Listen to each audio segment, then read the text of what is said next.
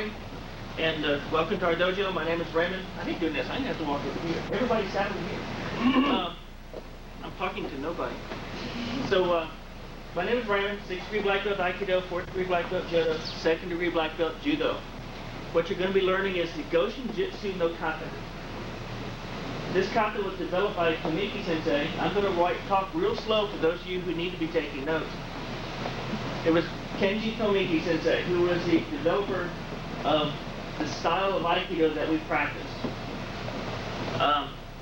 He first did Judo for a while, got it to 4th Dan in Judo, and then was sent by Kano, the founder of Judo, over to Yoshiba to learn his Aikido. After he learned this Aikido, he developed his own basic system of it, and went back to the Kodokan and developed this system of self-defense. It's a kata of self-defense. It's the newest kata of all the Judo katas that have come out. It's the newest one that came out about 1950s. And it was taught as a kata because it teaches basic principles of a defense that Judo animals can use. It wasn't designed for people who learn and know self-defense. Karateka, Aikidoka, other whatever styles, people that do all this stuff for a living. Judo guys just like to get up there and grapple and toss, and similar to wrestling. They didn't have any particular method of dealing with knife attacks, club attacks, and rear chokes and holds done from a defensive situation. So Tomiki Sensei, being already a 4th Dan in Aikido, in Judo, and trained under Yoshiba, went back to the Kodokan and developed this system of self-defense. One of the reasons we do this as a kata is to make it easier to remember the steps in the series of the techniques. Just like when you go to the camps, Mr. Salazar teaches you that the one-step katas that you do, it's built off of a series. You do one, then you do the next thing based off of the one you just did. Then you do something else based off the one you just did. This series of the kata that you're going to see is 21 techniques, which isn't too bad considering our ranking kata that we have to do in Aikido has 50 techniques. So 21 didn't have bad. And it takes about, 6 months to a year to learn 50 techniques. We're going to try to teach 21 techniques in approximately 6 hours. It's based on a series or a system of empty-handed attacks, grabs first, and then it goes to, I believe, the kicks, or punches, grabs, then punches, then the kicks, and then we'll switch over to the weapons for the knife, and then a club, which is actually, when we look at textbook, they call it a cane. It's basically the short club. And then gun techniques. We're going to do the gun techniques strictly for historical content and just to learn. There are some fun techniques in there. But most of the time, people don't run up to your back and put a gun in your back and say loudly, "Hands up." But for this kata, you have to do that. Okay? And we're just teaching it for the sake of historical content. It's a fun kata. Now our goal for tonight, in just a minute, I'm going to have Dr. Cleghorn and Dr. Popple demonstrate this kata for you. And when they do that, I'm going to ask that you kind of sort of split to both sides, half of you all over here and half of you all over here, because they're going to be working this way. And they're going to need some space to do this, because they're going to do it real formally, and it takes a lot of moving around. We're going to do it, let you see what you're getting involved with, let you see the kata as far as it's done formally, so that you can take it home and work on it, and play with it formally, and to learn it. Some of these techniques you'll recognize. I teach 3 or 4 of them out of this kata at the camps, or variation thereof. So you're going to see some stuff go, I remember that, and it'll be easy for you to remember. The primary goal for tonight, number 1, is to have fun. Today? Is it tonight already? Is to have fun. I've been up all night. Is to have fun. Number 2 is safety. Safety, safety, safety. We got a big crowd of people here tonight, and these techniques, some of them require people to be moving across the floor, falling headfirst into arm bars, onto the floor, sliding like in the home base. Others require actual physical throws where your body is going head over heels. That's why we had the breakfall class the other day. So you can be used to these types of falls. Several of them require joint manipulations as far as taking a wrist and putting your arm like this and then taking your wrist and doing that with it, while at the same time putting pressure on an elbow.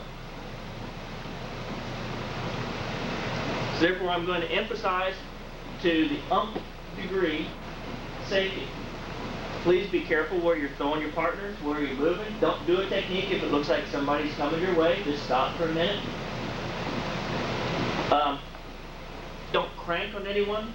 Pain is not the object of this thing. The object is to learn the concept, not to see how much pain you can give, nor how much pain you can take. Okay? If I see any of this going on, I'll tell you up front, if I see any of it going on, you're out the door. I'll tell you that right up front, and it's on tape. We can back it up right now.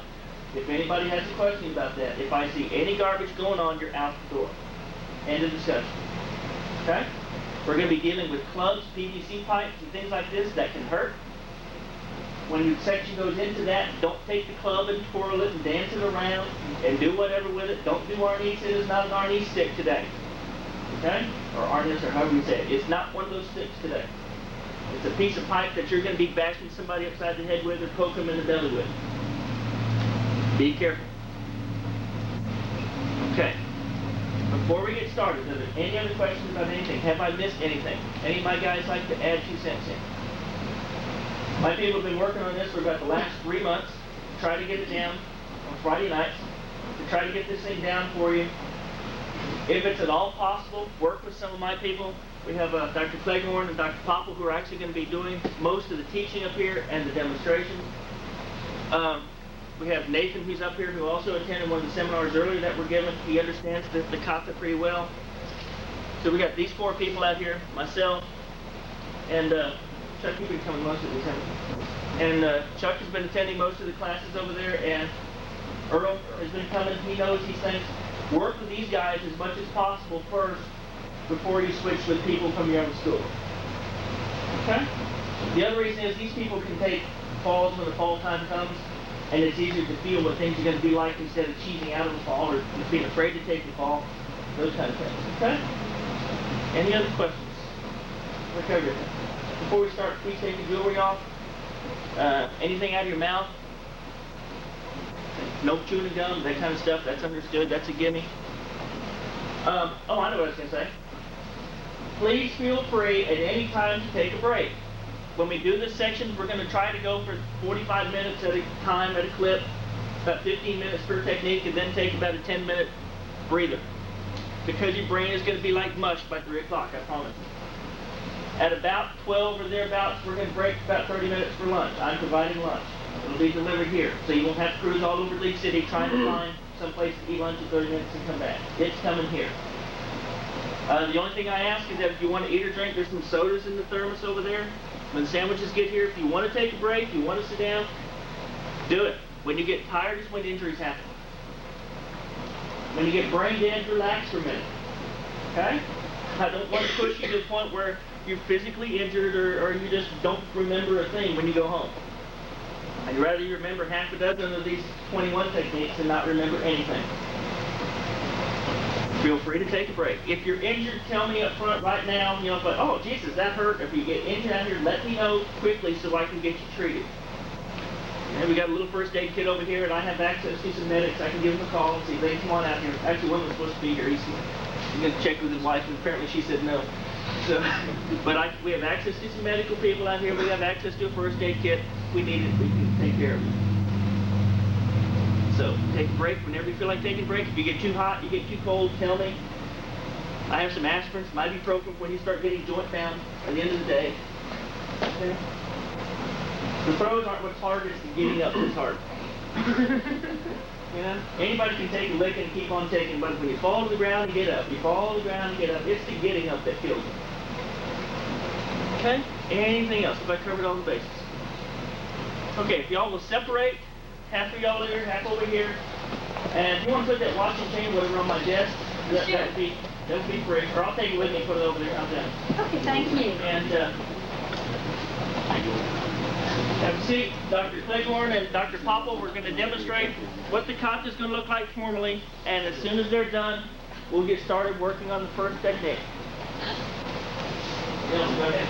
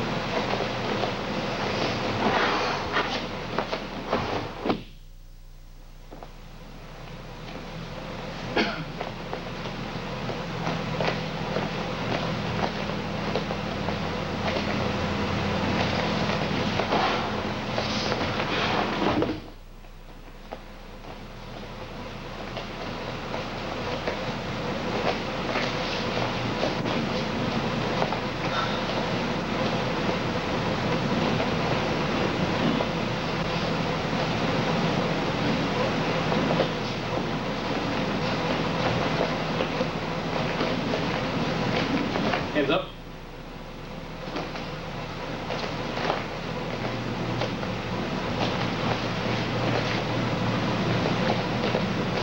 Hands up.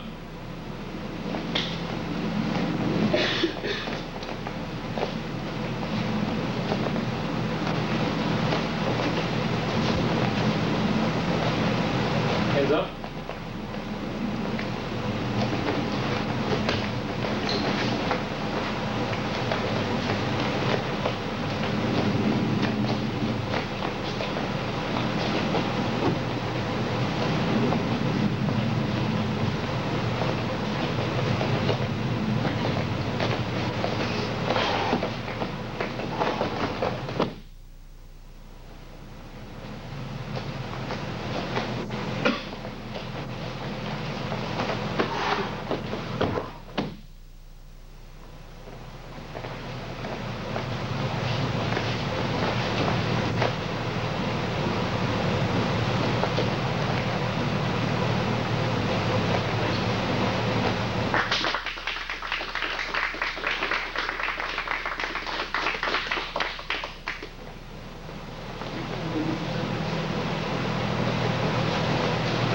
Well, considering we don't know anything about punching in this class, it's not too bad.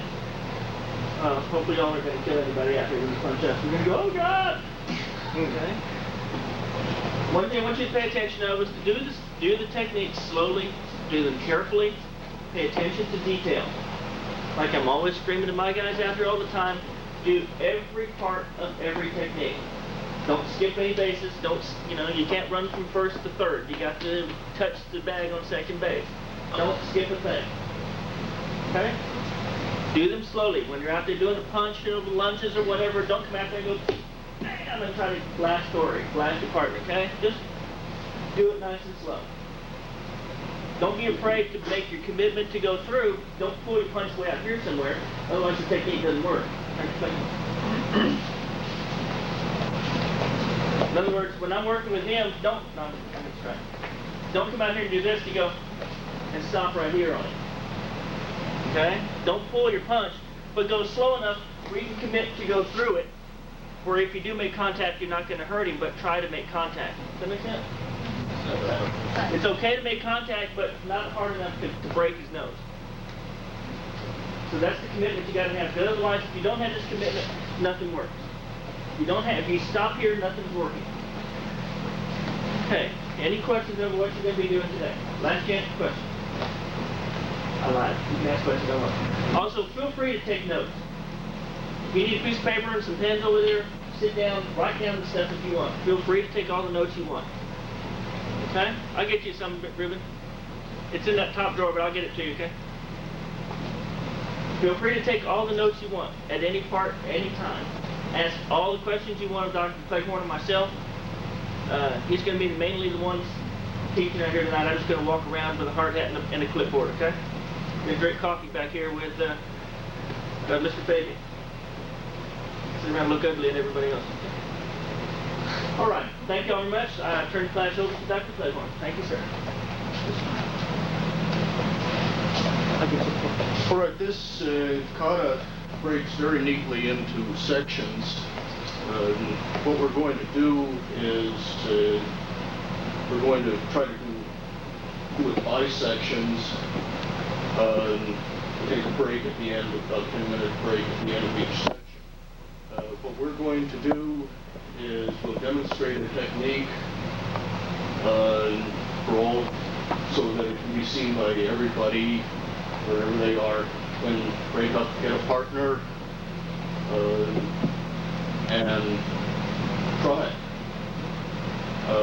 I'll be walking around giving little hints here and there as we go. We don't expect you to come away from this being an absolute expert in this, but it will at least give you an idea of what the technique is, and you can take it home and try it and practice it. So the first section has 4 techniques associated to it. A couple of things I'd like to say beforehand. We're going to be dealing with a Mirage Grip. Feel this on yourself It's place your thumb between, or your uke's thumb in this web in here. There's a trigger point in there, and you bend the wrist back in this. This is called a Mirage Grip, Kotomawashi. This is going to come up again and again throughout the kata. So just feel where that is now in yourself. Well, you can actually do the Kotogaeshi. You have to have a partner to do the wash. Well, you can do the wash grip by turning over like this. On this first technique, the real attack in mind, why do you grab somebody with both wrists?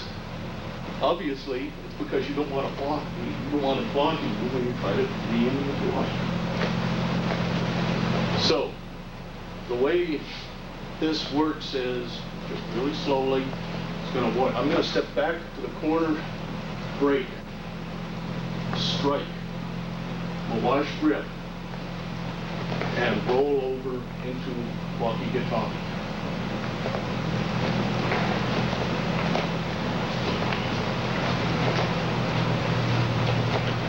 Break, strike. These strikes are very important. They come throughout the kata.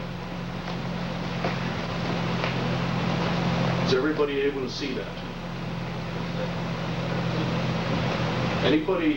Anybody doesn't see something, we have a universal signal here.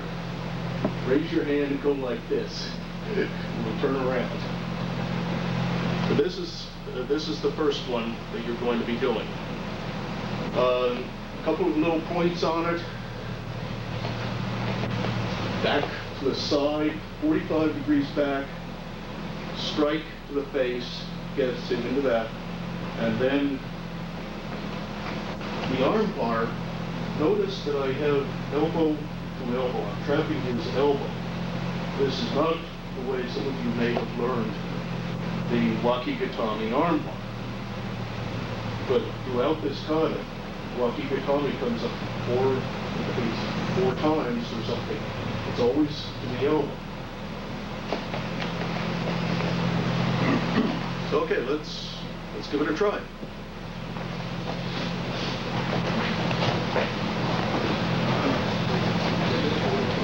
Our guys over.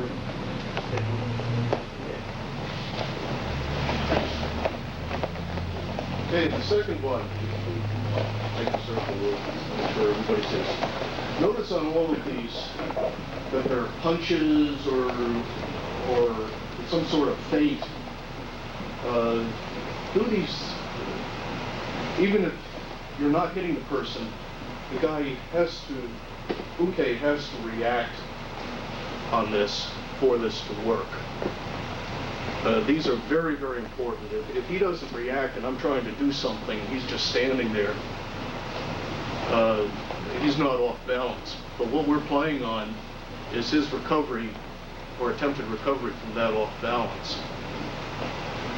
Ukes can cooperate on this too. Yeah. If you don't, you may get after smack. Yes.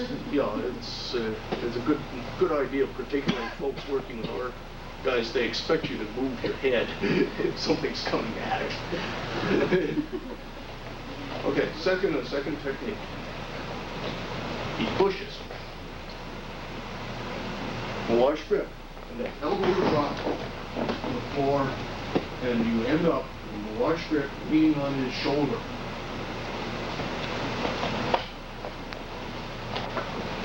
Don't turn around. Turn pretty easy, slow.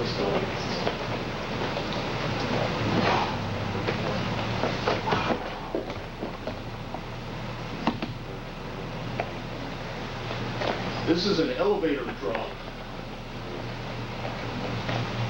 Really slowly. He pushes and back up. He didn't react enough. That's okay.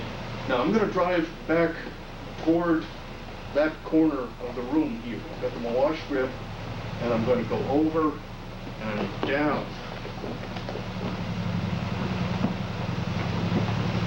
like that. Does everybody see that? Yes, sir. Okay. Let's try it.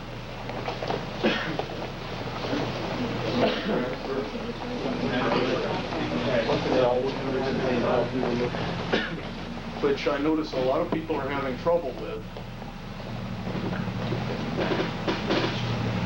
If you get this arm slightly bent, you come up underneath this arm, it'll go down a whole lot faster.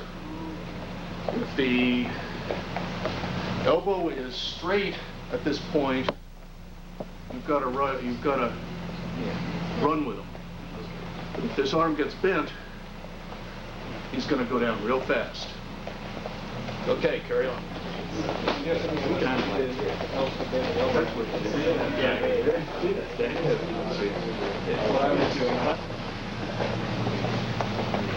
This time he is going to reach across to the opposite. And instead of pushing me, he's going to pull me. Well, the very important thing about this is that I don't resist his pull. I just go with him. You don't know, you might have some really strong guy doing this. Presumably he is. You might have Marty over there, or Mr. Decker, or somebody with a lot of muscle. You can't pull this, and he's expecting you to resist. So what happens?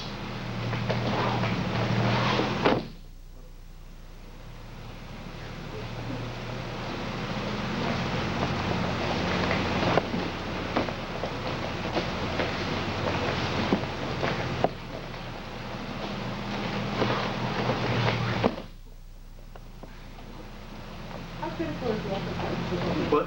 How critical is the uppercut? Very, very critical. The reason that is critical, let's see, where is this view? Yeah. See, I want him back like that.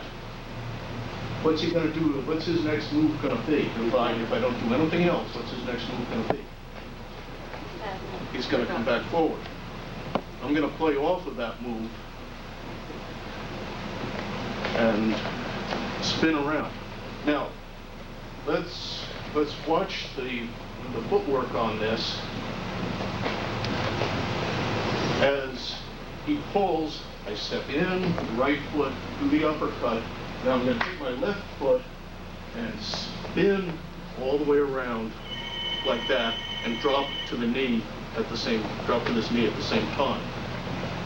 My other hand is going to go somewhere around the crook of the elbow. The judo guys, the purists on this, don't do this. We don't want a lot of broken wrists. Instead of going here, they like to grab down in here. And then get this sort of thing, turn it into a hip throw. The way I was taught this, and the way I've always seen it done, is that I get in here to this. And I'm just pushing with my forearm against approximately, maybe an inch below his elbow. This is a fairly hairy fall for people who haven't taken it. Yes, sir. You're not pushing with the arm. No. With the body of the drum. Yeah. Yes. No, you're not pushing with the arm. You're pushing with your center on this. Don't understand that? He's not getting up there and doing this with the arm. He's placing the arm there and pushing with his whole body in the drop. The arm isn't doing this. It's out like that. Yeah. Yeah, it's... Yes. Okay, does anyone want to see this one more time? Sure. Yes. I think we want to do that. Yes.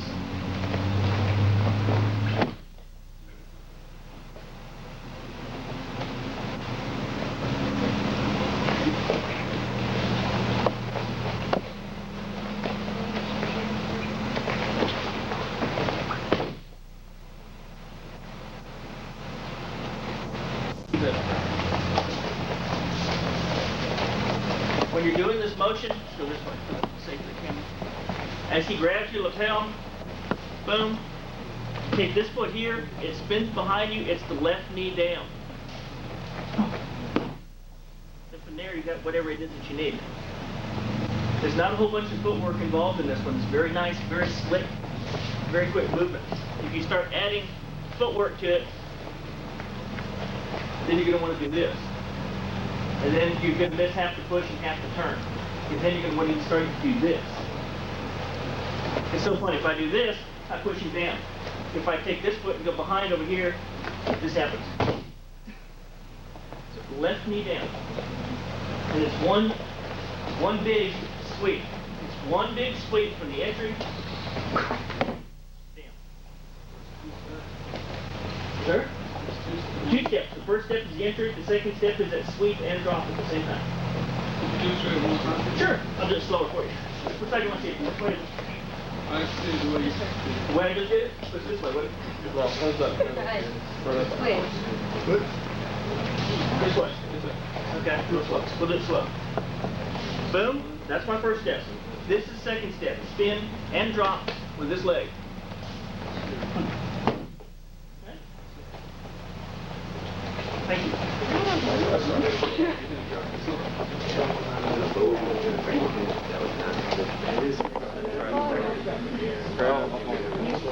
Give your body a little bit of a break.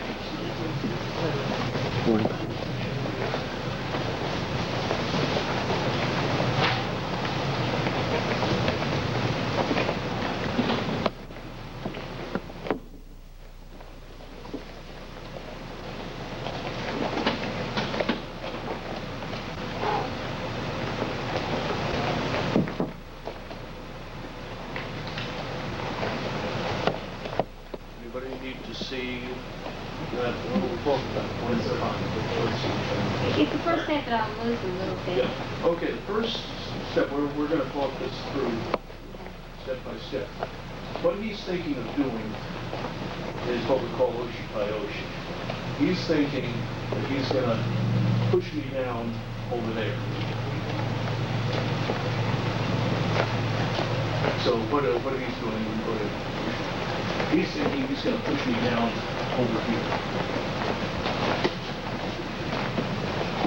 Well, as he does that, I just stop him. I just do this faint kick at his knee. And this is all the position I want. Then with his foot up in the air, I'm going to take a step here and come over the top, roll over here, and then get my Mirage Grip again.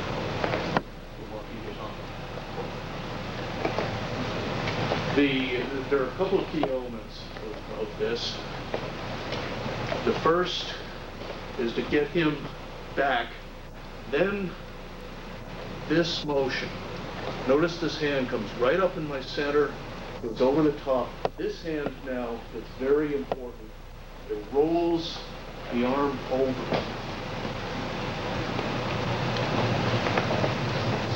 See that again. Rolls his arm over. Notice how his hand is. You walk around.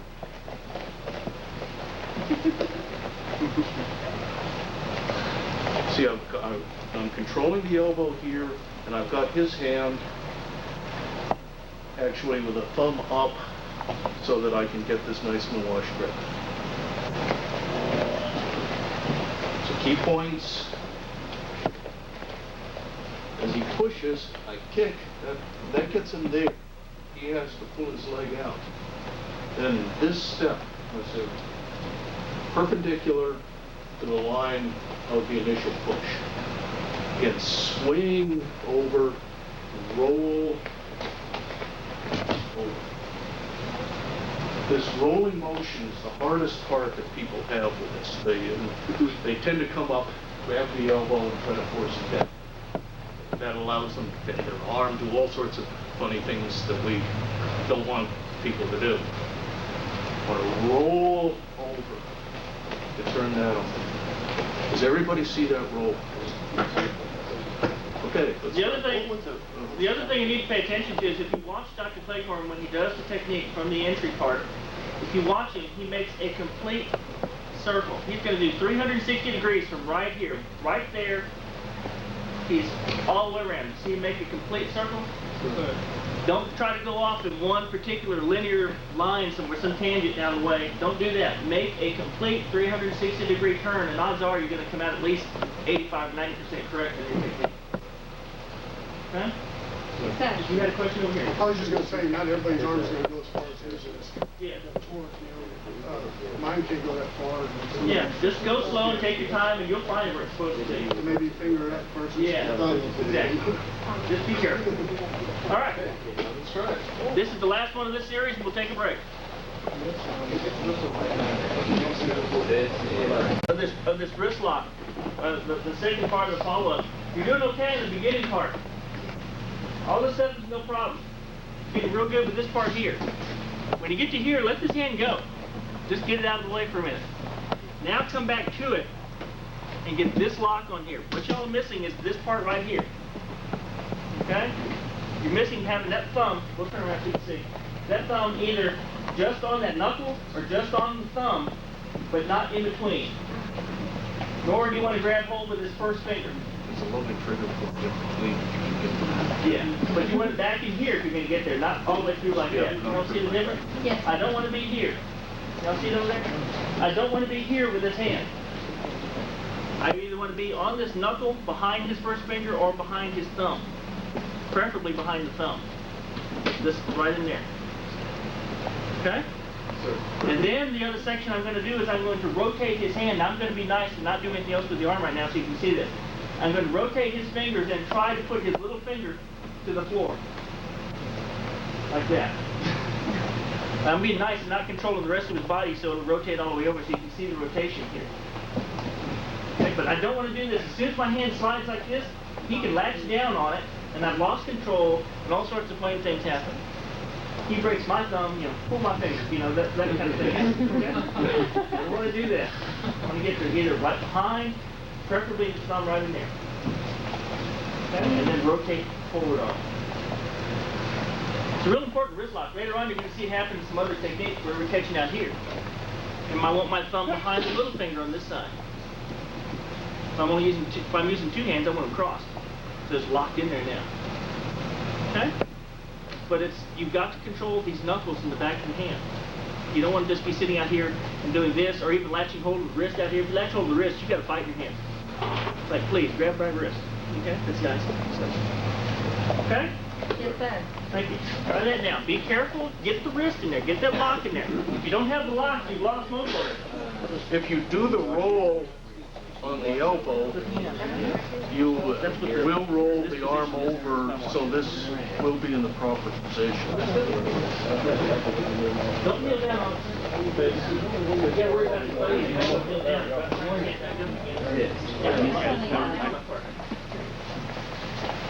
Your teeth are used to beat up on you.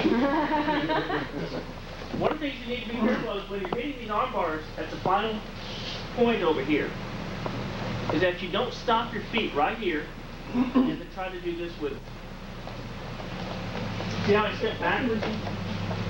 You get an experienced player like myself or Mr. Dudley here, he'll pick up his right foot and step behind you and then turn into you with his whole body and then just send you down here to next week. When you're doing this arm bar, and you got to this point over here, don't know the way I did it wrong this time. When you get to right here, as I'm stepping, I want to step out in front of him. Now I've got him spread out, where if he decides to pick up his foot and do anything or anything else, anybody, I still have control where I can go into some other whatever that I happen to know. Okay? So don't step behind, because the more I step behind, and I try to do these funny things, and I start doing this motion to him, it's like, he's right. He's right where he wants to be. I've got him right where he wants me. I was like, oh my goodness, because the only thing I can pick up is this foot, and I know that, and the only way I can pick up this foot is to fall down. But I can't move this foot. My left front foot, I know y'all can't see that from back here, but as soon as I go to pick up this foot to step out of the way, he just gives me a love tap with his body, and I go over there. Okay? Stretch him out forward, and not behind. On any arm bar, if you want it to work, wrist lock your arm bar. The more you bring them forward, the faster and better they work. Okay? All right. Let's Okay, Mateo, hang on a second. take a 12-minute break. 12 minutes, is that enough for everybody to take a water break? Skip out. I'd like to take some on it. And for the guys, just continue on that. Okay, the next 3 techniques involve approach from the rear. No. The first is the collar grab, the second is a rear choke, and the third is a bear hug. I'll give you the business thing. So you know who to talk to now. The bear hug is the one which is probably going to cause people the most trouble, and we're going to have to work out a way of throwing safely because people travel on that one. The rear collar grab.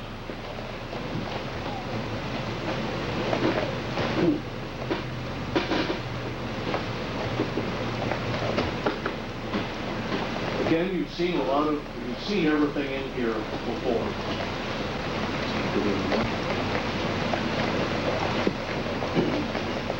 He grabs, instead of saying, going there, I say, okay, I'm going with it. Now I'm going to do 3 things. 3 things are going to happen simultaneously here. My foot's going to hit, my left arm is going to block, and my right hand is going to give him a love tap in the solar plexus. Love tap, you karate folks. Not kill him. We don't want any bodies here. We're just looking for a reaction from him. Bodies on the street that belong. Boom. See how I've blocked his arm out and I've given him this little love tap. I then can reach up with this hand. I can actually trap with my neck here, reach up, trap this, and then roll over again. Just roll the arm over and come into this Mirage Grip. The whole thing again.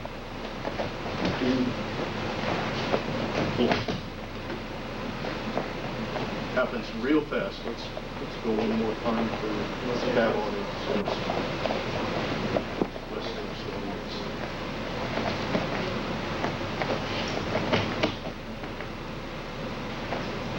Okay. Anybody have any questions you want to on?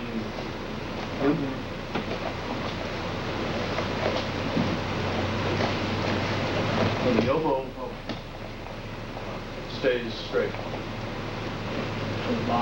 It's actually locked. It straightens out on the turn.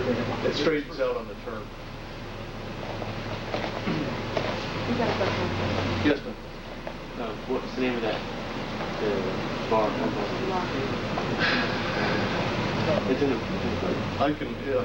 It's in the book. I'll have to look it up in the book. Basically, they're all walking at times. Yeah, it's basically a Yakiganiyanta with a Mirage Grip. Okay, let's try it.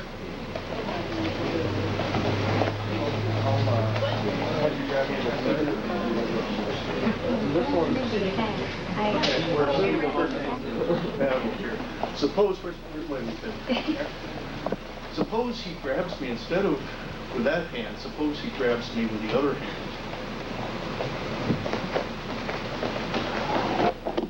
Doesn't matter. You turn the same way. Motion is the same. I mean, you have that block. If he manages to hang on, you have his neat little kidney punch as well. Then you can get some other arm bar on. But it does not matter. You're still turning the same way. You're still turning counter-clockwise. No matter which hand he grabs. But for our purposes, grab with the right hand, please. Thank you. Could I do that again, Dan? I'm sorry, could I do that again now with the right side again? The right side? Oh, all right. That's what I need to say. So sometimes you turn to the inside, and the other way you turn to the outside of his arm. Either way, you turn the same way. You turn the same way. Same direction every time. You turn the same direction every time. All right. Thank you. You won't know which direction you turn. You won't know what you Well, you don't have to worry about which hand you grab. The rear choke.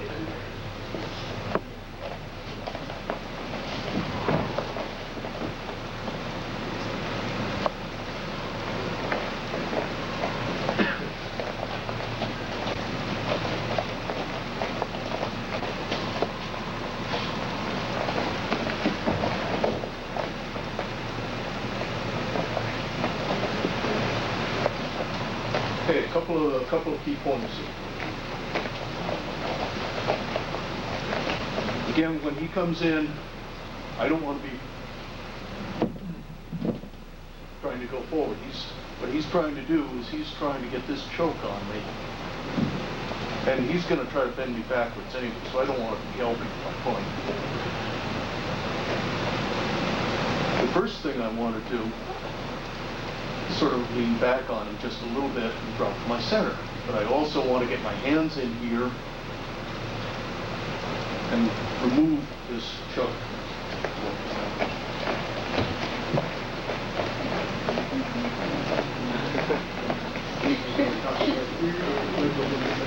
Yeah. And so now I'm going to step back with my right foot, and at the same time I'm going to raise this arm and wave at the crowd.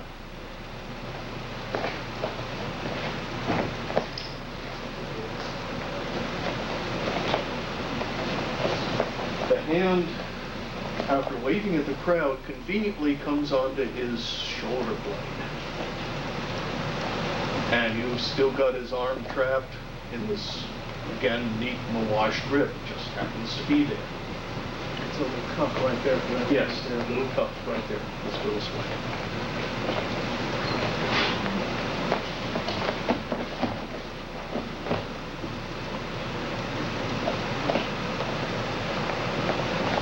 Now this hand, raising this arm, is very important.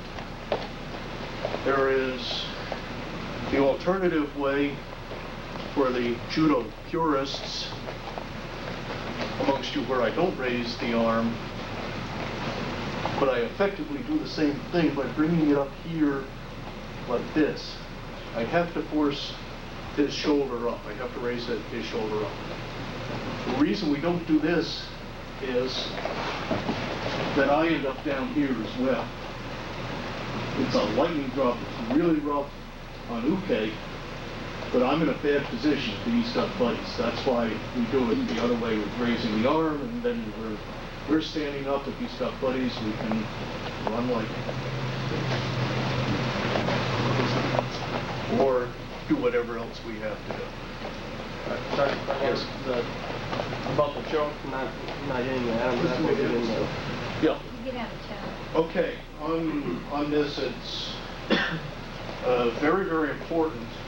We don't want people to get crushed Adam's apples on this.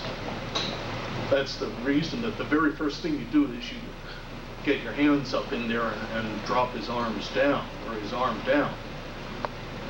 But if Tori should be slow, this is for ukes.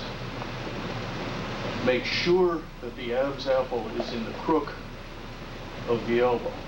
What you're trying to do is, in the choke, is you're trying to cut out the carotid arteries on both sides of the neck. One with this, one with this. If you get into this sort of thing, you can crush an Adam's apple. Then we'll find out whether one of us can do a tracheotomy with a pocket knife. It helped me to think you want the point of the Adam's apple in the crook of the elbow, and then you don't have any problems. Yes. Okay, let's give it a try. Sure.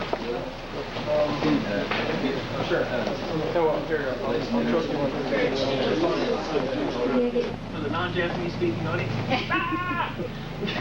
You have to learn 4 commands in Korean, you know. Start, stop, bow in, and bow out, or something like that. I used to say that as a kid.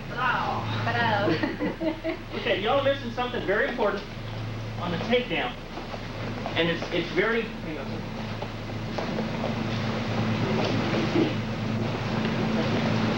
It's real important to make the takedown, okay, makes the takedown very easy. From here, right here. Now I'm going to stop right here. See the line in his feet? Little toe to little toe, that direct line down there? It also happens to be the same line that his shoulder is on. You know, see that? Down the arm. If I relax his arm a little bit, let it straighten out for a second. Y'all see this? How everything's on one little line out here? Yes, sir. This makes taking him down so much easier. Or easier, depending on your problem. If I try to bring him forward from here at this point, he can step on it and do funny things and still maybe control the technique. If I try to bring him behind this foot, he can step like this and come into me, and I have a hard time with it. If I bring him right off, isn't this amazing? You're going to hear this quite often if you're ever in my class. 4th toe. Okay? See the line of this foot, how it happens to come off the 4th toe of this foot right here? I don't know if y'all can see that from over there. Let's turn this way for these foot. You ever see the line of this back foot, how it comes off this toe right here? Out that way? But it's also this arm just happens to be over that toe right there. Amazing stuff, because now all I do is I push on this elbow and bring this hand to my hip, and this happens.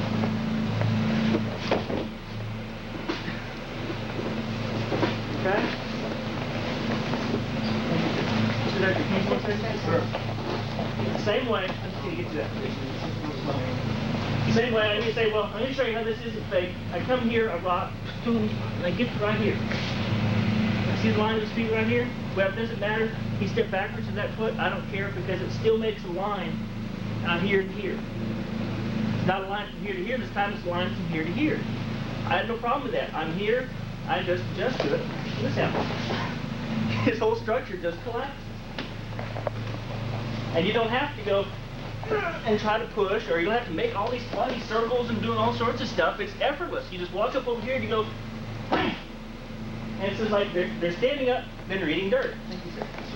And they don't know, you know, they don't know what happened.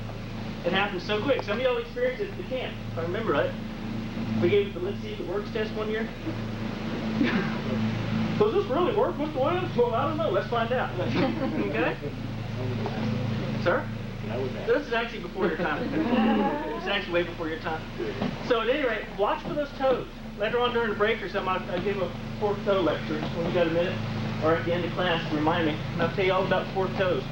But now, if you get somebody off the 4th toe, they can't do dilly squat to you. Okay? Thank you, sir. Carry on. Or whatever it was you're going to do. Let's take 2 minutes to work on this, and then we'll go on to the next. Lunch break with the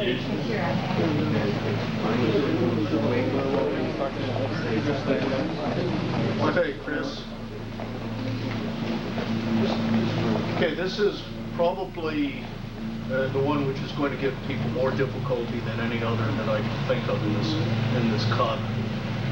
The rear bear hug. It's also going to require, we're going to have everybody working, throwing in the same direction. So like everybody over here throwing in this way, lined up sort of like that. So we don't have people throwing into each other.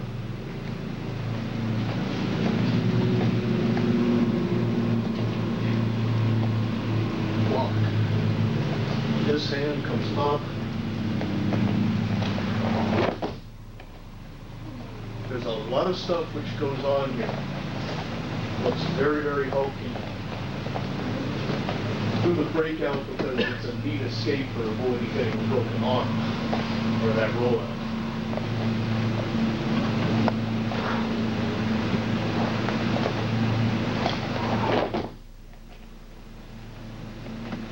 Again, notice I'm essentially, we'll do it.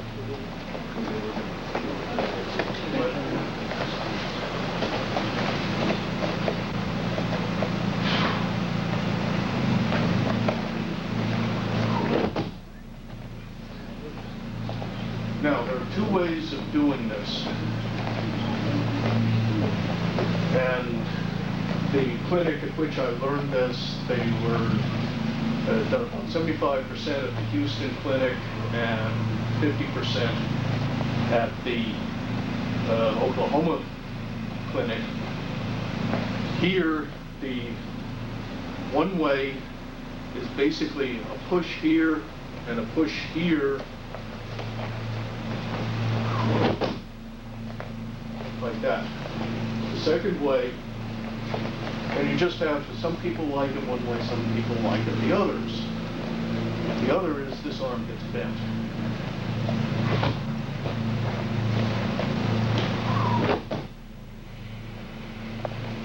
The key elements on this are with the feet.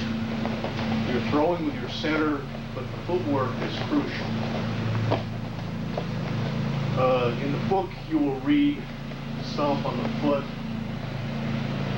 Doesn't matter. I step with my left foot, drop my center this way. That breaks his arms. Then the left hand comes here, doesn't grab, pushes. And then I spin and step.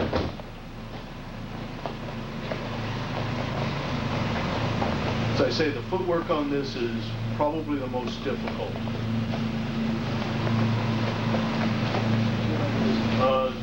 Does anyone have any questions on this when we start? This one gave our guys fits on Friday night. Yeah, see that hand over here on this side. Yeah, okay, let's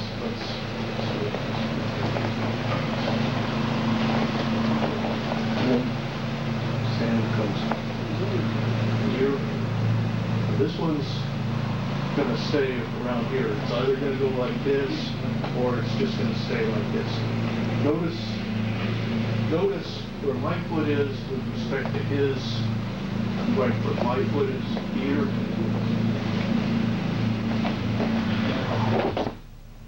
So I pivot, and then I step again with the right foot to affect it. Does everybody see that? This is a hard one. Let's give it a try.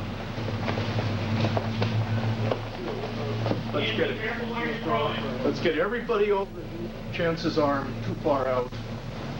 I find myself too far out. That's what the book is going to tell you to do. That's not what we want to do. The other thing that people seem to be having a problem with is that they're going way up here. I can't push from up here. I can't push him if I'm up here. He can walk out of this. If I stay low,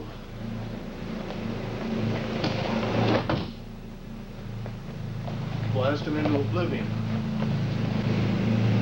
So this is a Aikido, very pushy martial art. You're always pushing, you're never pulling. It's another reason why I don't like this. This is a pulling motion.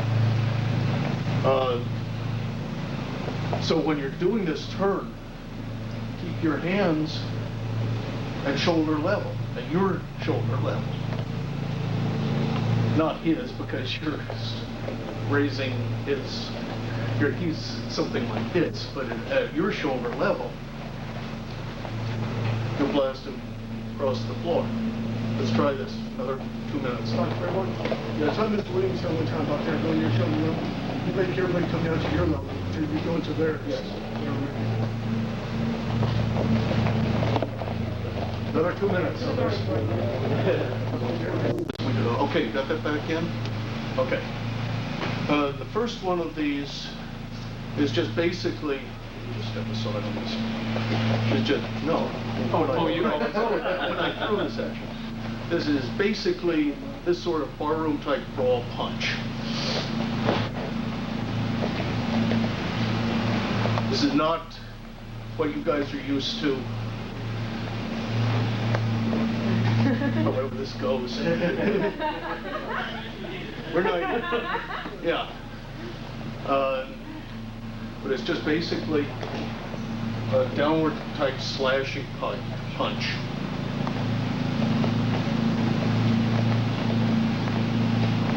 Boom, boom.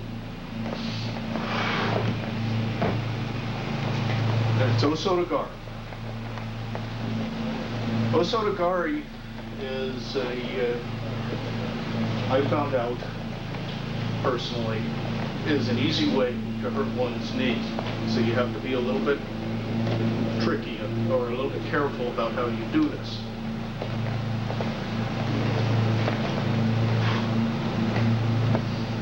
See, I want to sweep with my foot straight back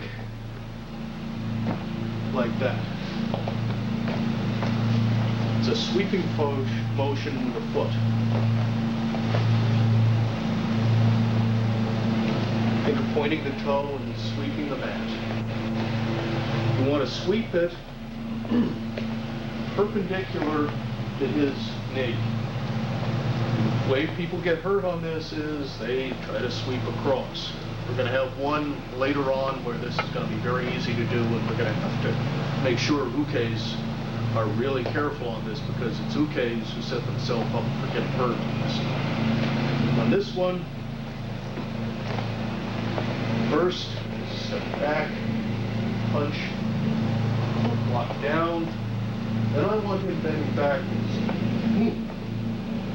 Then I'm going to place a hand here on his shoulder and sweep with the foot. I'm also going to hold on to his left shoulder to help him fall.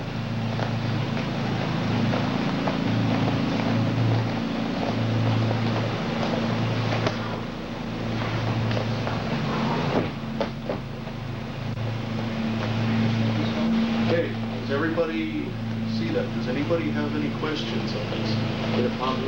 Pardon?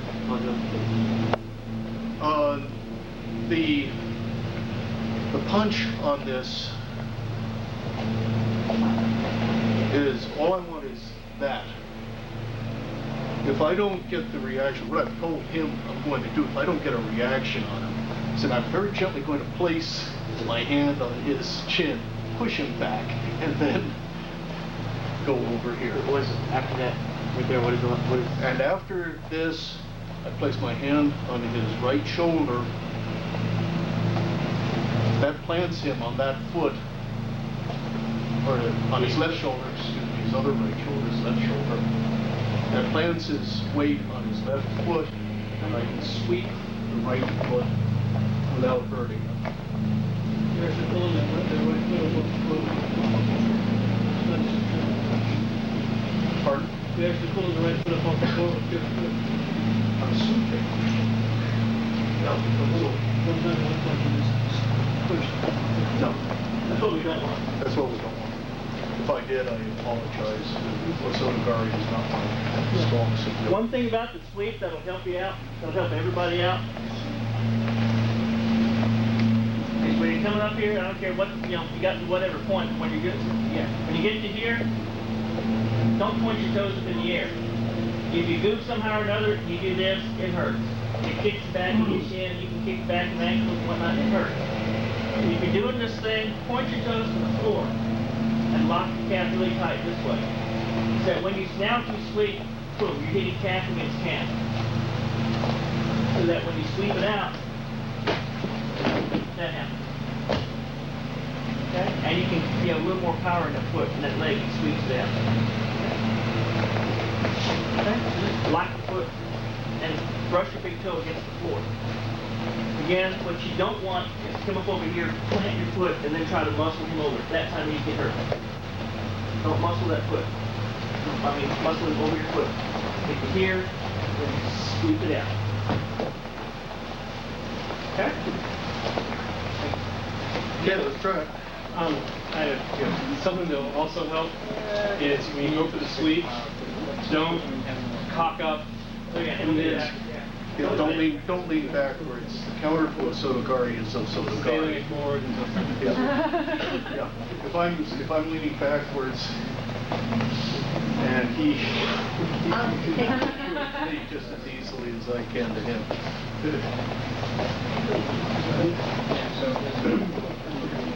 Just say for see what you did there. A fun one for, okay, this is a bit of a real ride.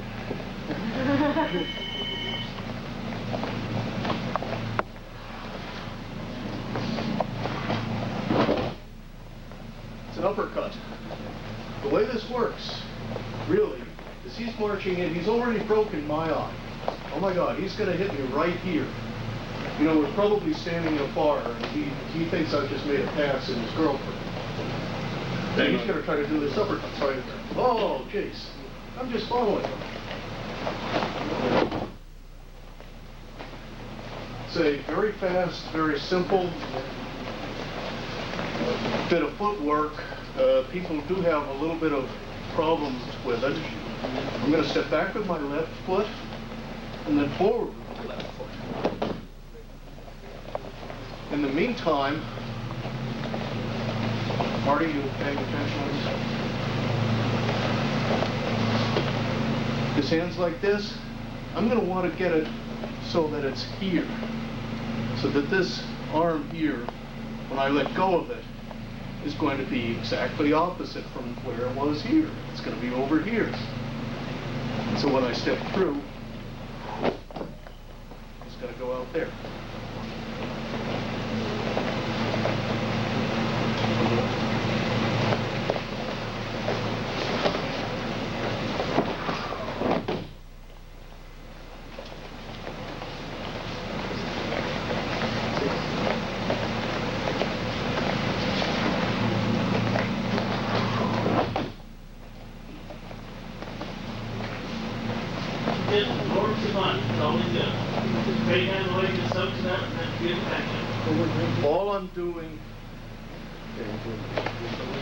All I'm doing on this is, oh jeez. That's actually not what I'm saying, but it's pretty close. Yeah. Insert your own. I'm just following that punch up. He wants to make a circle going like this. I'll say, okay, I'm continuing the circle. And depending how fast you get on this, it's either a right or a left-handed rollout, left-sided rollout for bouquet. Any questions?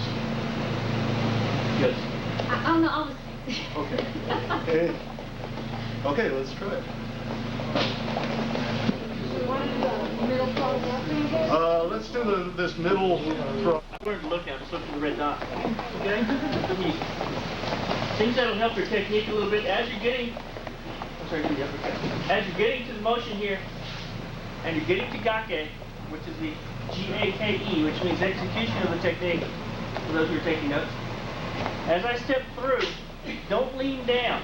As you're doing the throw, don't do this with your body. Okay?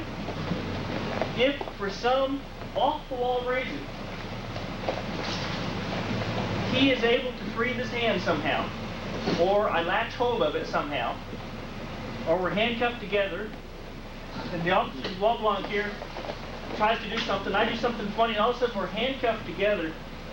When I do this, guess who's going to the ground with him? Boom. Okay? If I latch hold, that's what's going to happen. So what I want to make sure of is as he's coming in, I step, push, and stay upright. Okay? Make sure you're upright. Don't lean from here. The push happens from your center drop, your center shift, and not from upper body, upper torso doing this. Okay? Can you see it from your ring? Boom. Boom. It's all done from here. Not here. Okay? Thank you for that. Okay, two more minutes on this, and then we have one more technique, then lunch. Yeah. Yay! Karate folks will love.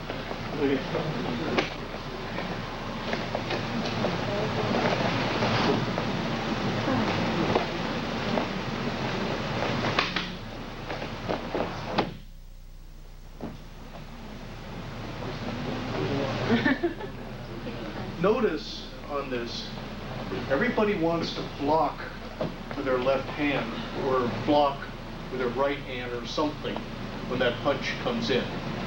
Watch this again. There's no block. I don't want this. It's a different technique. It's a good technique, but it's not the kata. Not this one. It's not this one. Here, what I want is this choke. So I have to bring him down to this level. And then I just throw him away. He taps out, and I throw him away.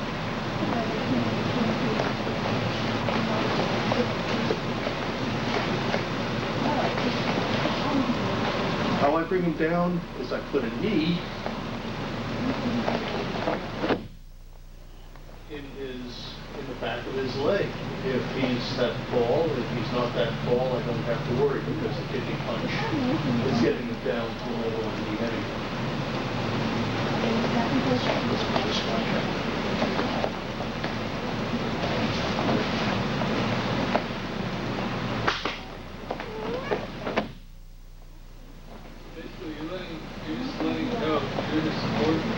Yeah. He's leaning back like that, and I've got that choke on him. He taps out. I just let him go. In the real world, he's unconscious. In the real world, he's unconscious. This is a very fast choke.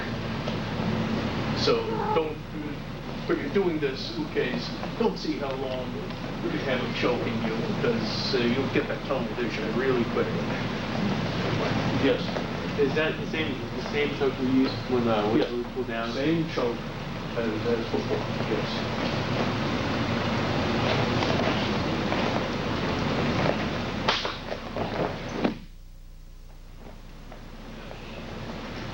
Okay? Any other questions? Let's try it.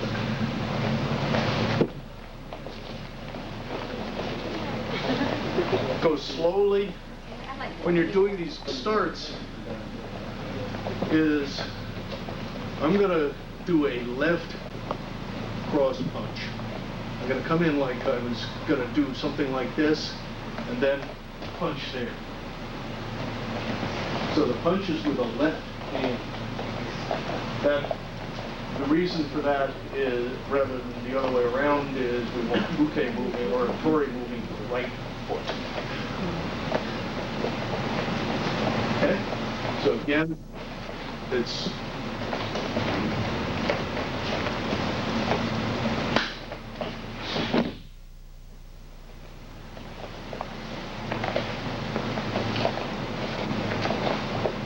okay.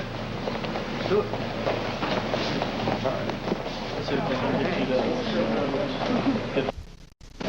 It has been noted that in a couple of places that if you do this slightly differently, the way you've been doing it now, with a left-handed choke, you will it will be faster, and for a height differential like this will be easier.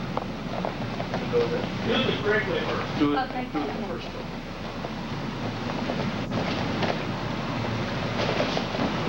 There's a grease way up there, breaking down all the funny stuff.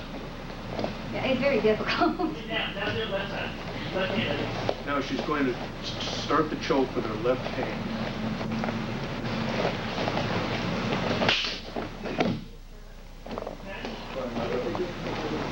Just know that that variation is there. Why don't we allow people to do that for 5 minutes, then we'll break for lunch. Great. There. Thank you. It helps a lot. Next section is not done in its proper order in the demonstration, but we're going to start with the kicks. There are 2 kicks. The first is just a straight front kick.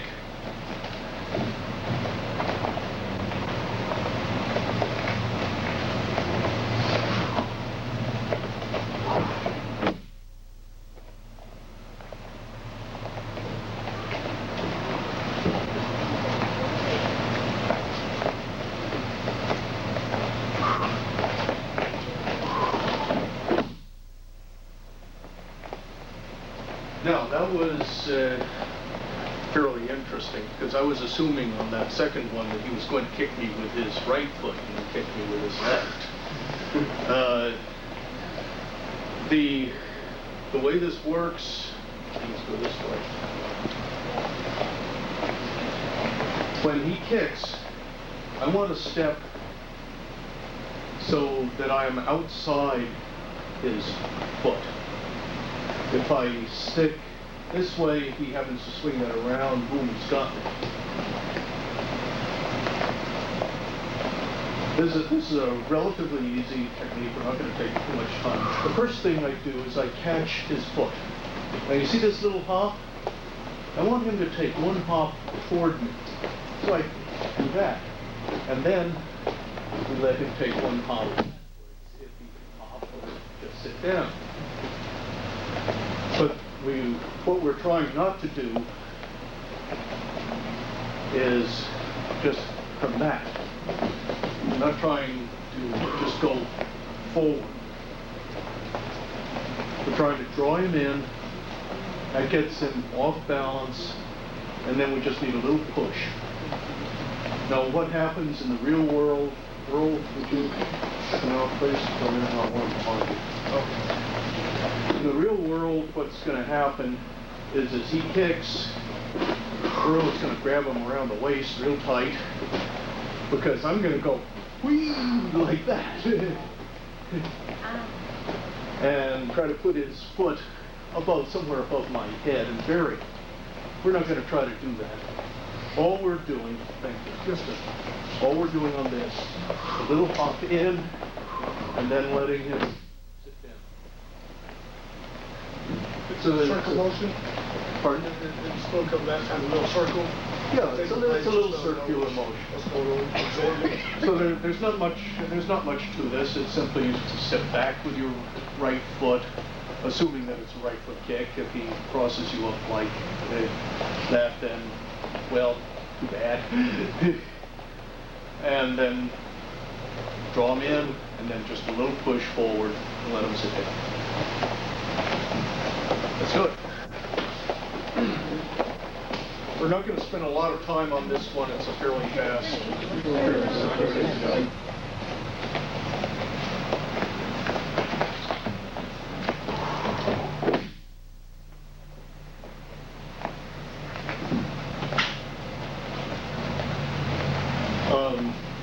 We had to do a camera shot. Okay, the next technique. Uke's job is to show them what you're going to do. He's going to try to kick me right about here, take out my knee. To do this, he's going to step there and plank. Now, everybody in the room practically can kick better than any of our guys. So, please pardon that. But anyway, this is that idea where you go, boom.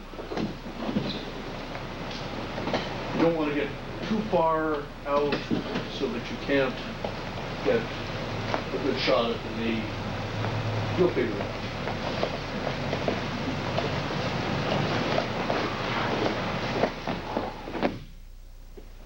Now I moved a little bit slower and I missed something, so we're going to do one more. First thing is I'm going to stretch him out and then drop him with the Chirolate.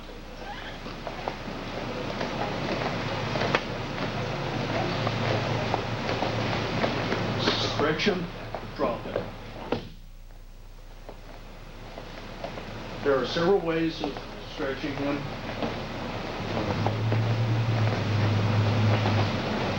One is I can actually do a real stretch, get underneath that leg and lift it out. This is probably a waste of energy. All I really need to do is just hit it.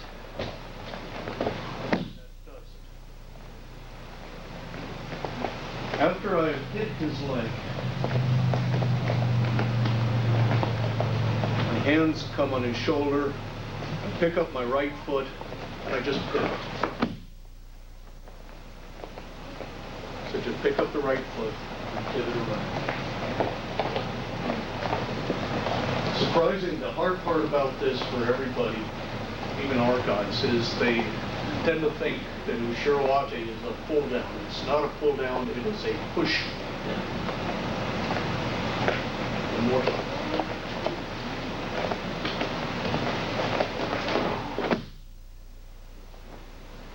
It's a push. It's a push this way too. Yeah. Not push this way. Yeah. Okay, any questions? Let's do it.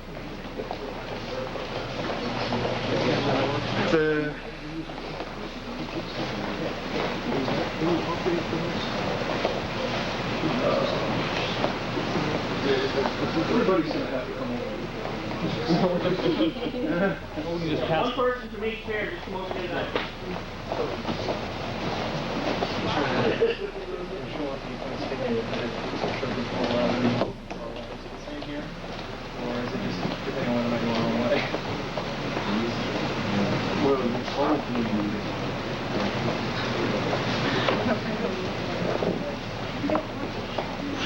That was my response was, this is self-defense, so it's probably situational. All right, there are three knife techniques on this. The first one is one you've similar to something you've seen earlier today. People, you walk toward each other. At some point here, what he does is, notice this, we'll go over this, but let's just go through it.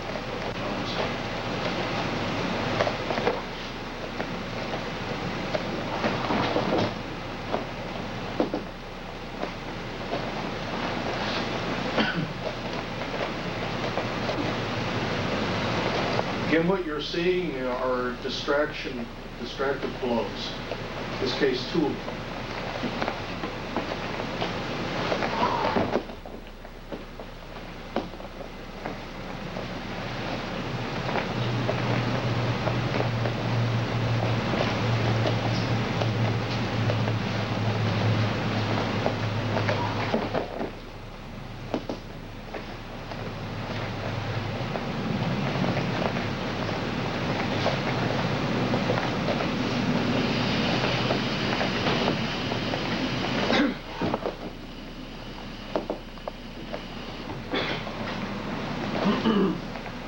Now, the important thing for Uke,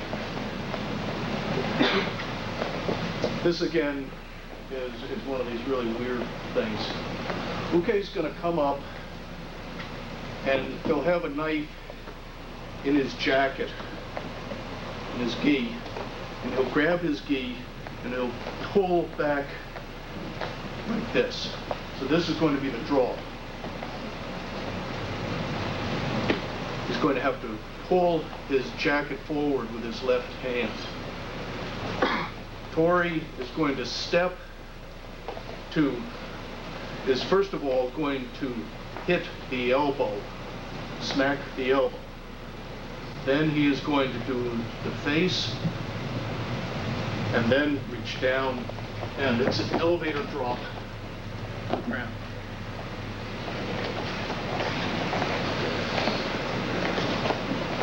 If you don't do this technique is going to work out very differently, turn into some other different technique. The crucial things on this, it turns out,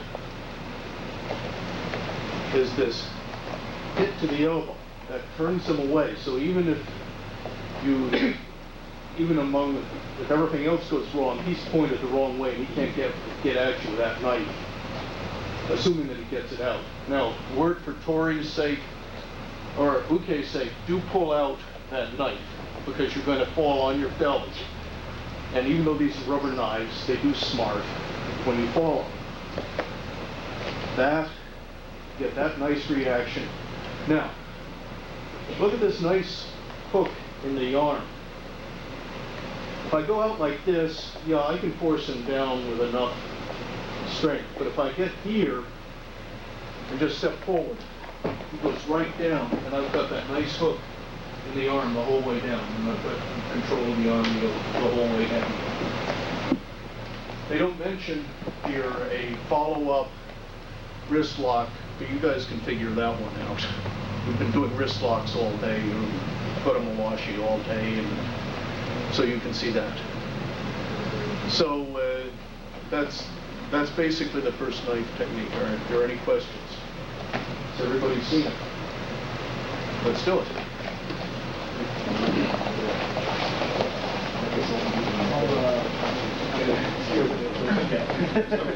One of the problems with this technique, Marty-san, one of the problems with this technique, with almost anything that we do actually, but I say we as in Aikido or we as martial arts in general, we get in a hurry to do things. We get in a hurry. When you're doing these motions on his attack, give him an opportunity just to recover just for a second. You push on, see what he's going to do.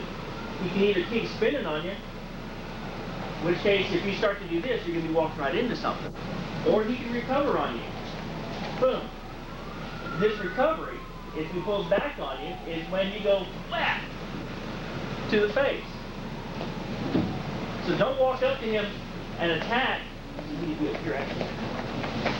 Don't walk up to him and attack and go boom, boom, because you're too quick.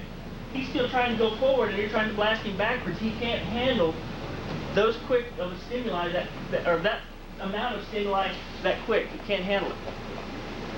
Where if you let him start to move and then blast him the other way each time, then you have to do less because he's doing more. Does that make sense? So that as he attacks, I just block him. And then you see him start his rotation? Bam! Then I see what's he going to do from here. He says he has to recover. If I move my hand, he recovers. Then I can just push and bring him straight down. Don't see that? Let's go this way, please. Allow him to do everything. And you don't have to hardly step. He does it for you. But if you get in a hurry, he's overreacting or not reacting at all, just standing there going boom, and you're going smack, and you beat him in the face. Why is that? Because he's still coming down. He's still dropping from this as he attacks. He's still dropping from this motion, and I'm trying to do this. He can't do both at the same time. He can only give you one reaction at a time. That's all he can give you. I'm sorry. Unless he's got a second head in his body, he can only give you one reaction. Allow him to give you every reaction. Remember I told you earlier, do every part of the technique. Don't leave out anything. Here's one of those secret moves.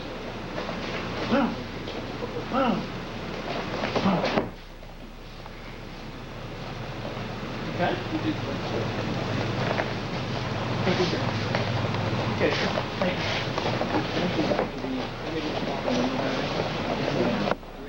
Okay, 1 minute.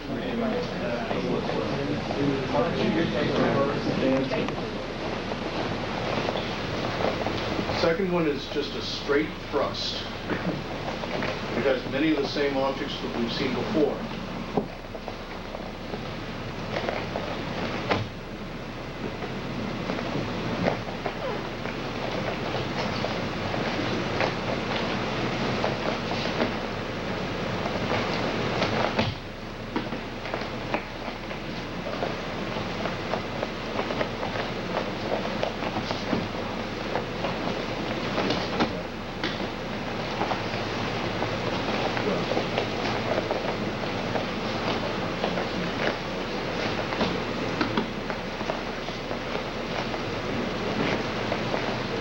So, he does the thrust, step back, block with the left hand, and then you've been seeing this motion all day.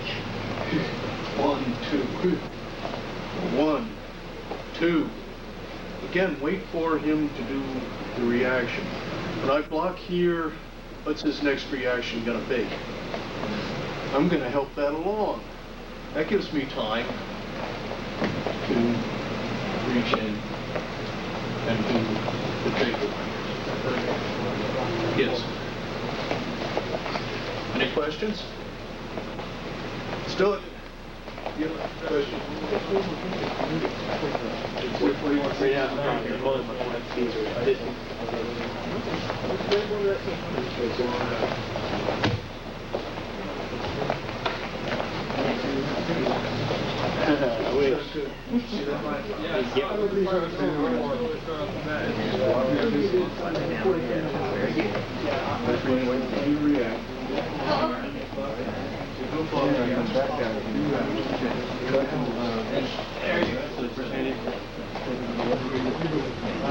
Thing on this particular technique.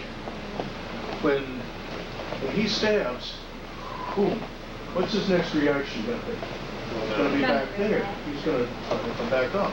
I'm going to try to help him. What's his next reaction going to be? Oh!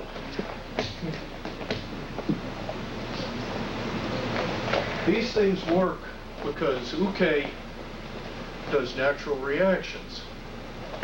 If uke in practicing doesn't do those reactions, Tori can't possibly do the technique right. Don't react. I won't practice you this. See now, he's on balance, and we've got a fight. He's got another hand, and I've got both of mine trying to get something, and he does something like that, and then he's got me.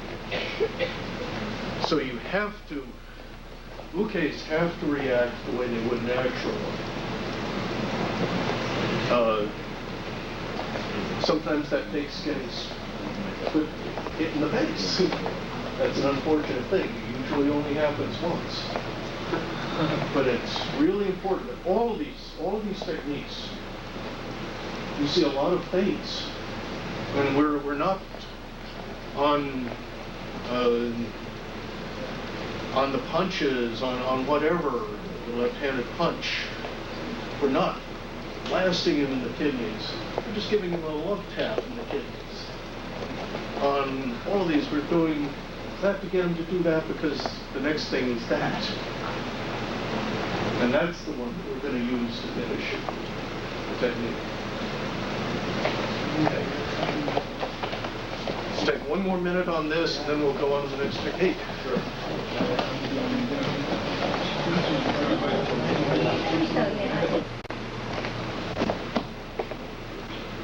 What was the variation? Instead of swinging my foot back, I stepped in with my left foot.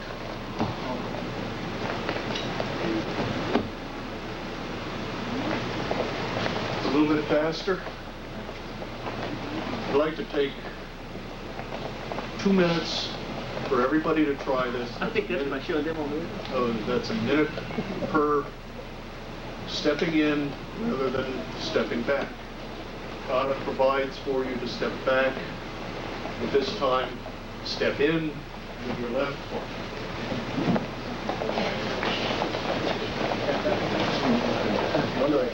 That's what I've been doing. I've been doing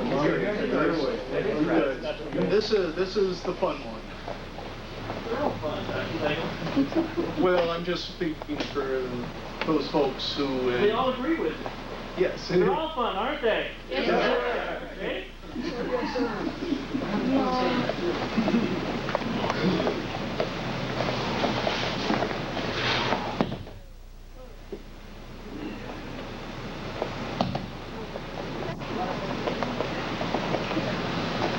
And we're going to make one thing clear. I checked the tapes on this, on the original clinic in which we learned this, and they stabbed with the marine cut.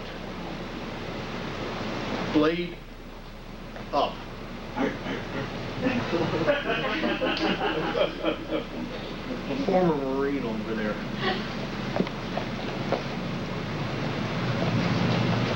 He can tell you what to do with a knife if you still got it. So that's one thing that our guys, as a matter of fact, are going to change for this particular class because we've been stabbing the blade down. You wait, you use that blade down? No, stand. Okay, that's what I...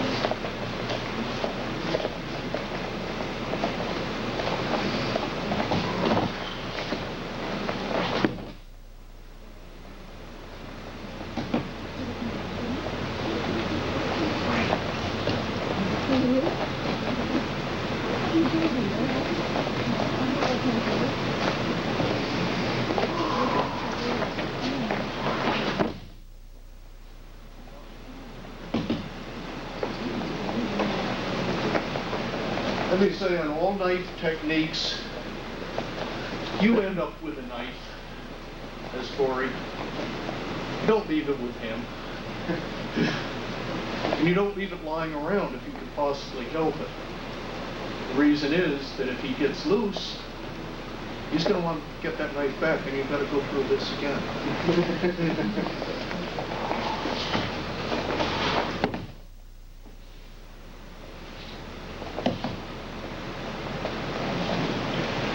Okay, a fairly complicated technique.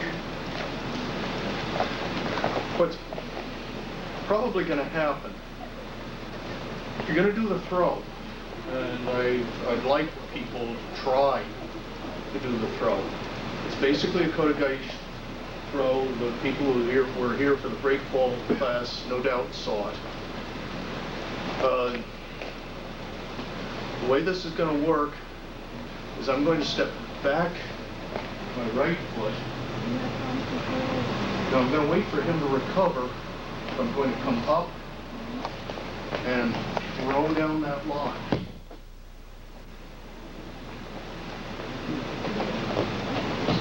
Then the lock.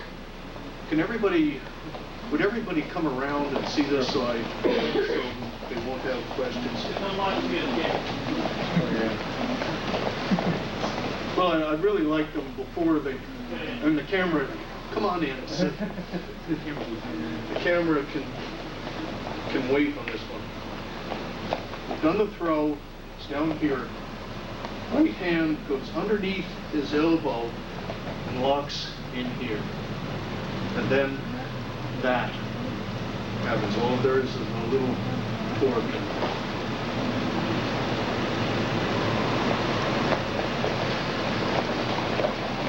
And so you will be kneeling on your right knee. A lot of us in practice wound up on our left knees. It's the right knee. Now the secret on the throw is to wait. If you try to rush the throw, just look at this. If you try to rush the throw, he's going to do that.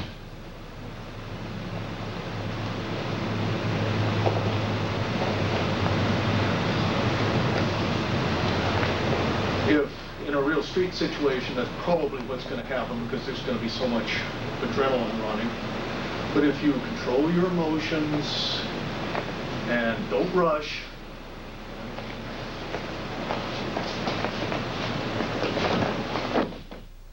I wait for him to get to the right point. Now, what's the right point?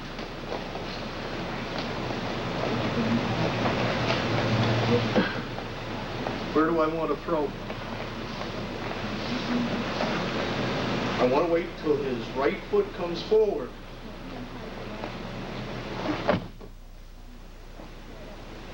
And just hits the ground.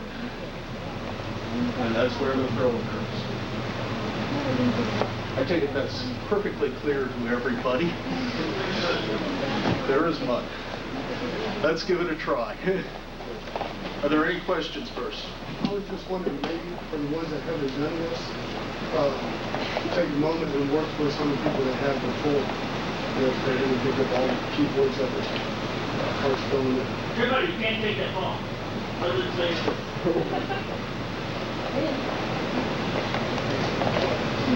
We've got one white bill. One line up, you can't take that long, then there's no excuse. You're not stepping in on this one. It can be done stepping in, but we're not doing it. That's not the way we're doing it. Okay, put up the knives, please. We get a club. We want people to move slowly on this.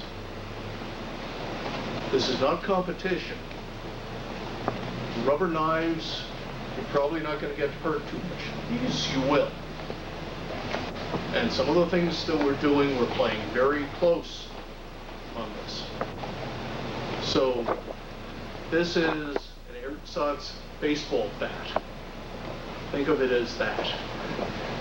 This will hurt you. There are 3 techniques on this.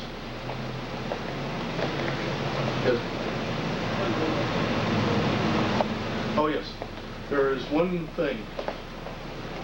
Twirling, playing around, this sort of stuff is unacceptable. Everybody has been warned on that right now, and if we see it at this point, we will ask you to leave the mat.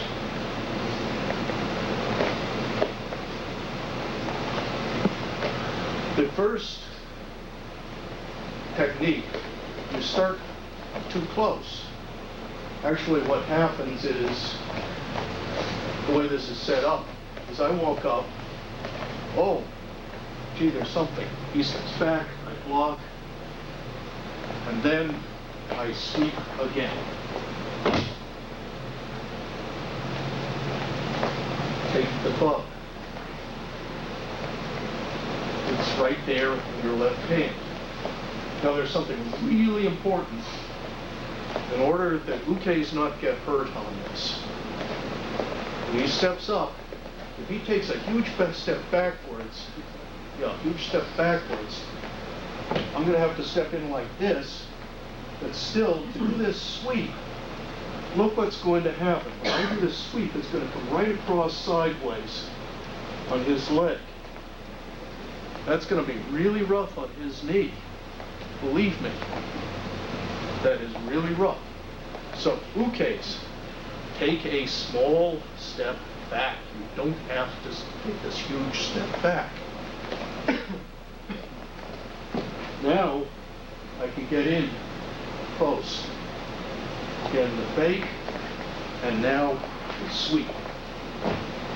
Pick up the club.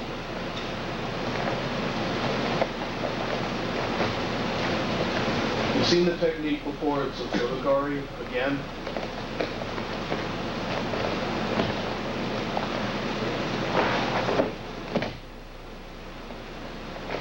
Do it slowly and carefully.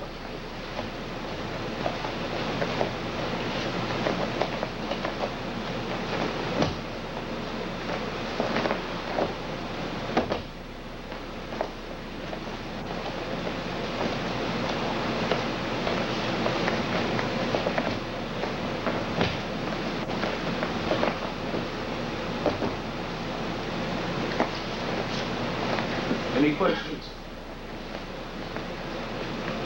Does anybody not understand what I'm saying? You're walking with your left arm. It's going over his arm like this. One of the reasons this is dangerous and why you have to sweep carefully and correctly on this is I have now planted him on his right foot. So if I sweep to the sideways, that's going to do damage. So you do have to get behind him. That means you have to play close on this.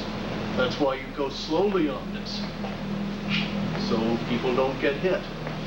This is different from the other sweep where you're planted on the other foot. Okay, let's go.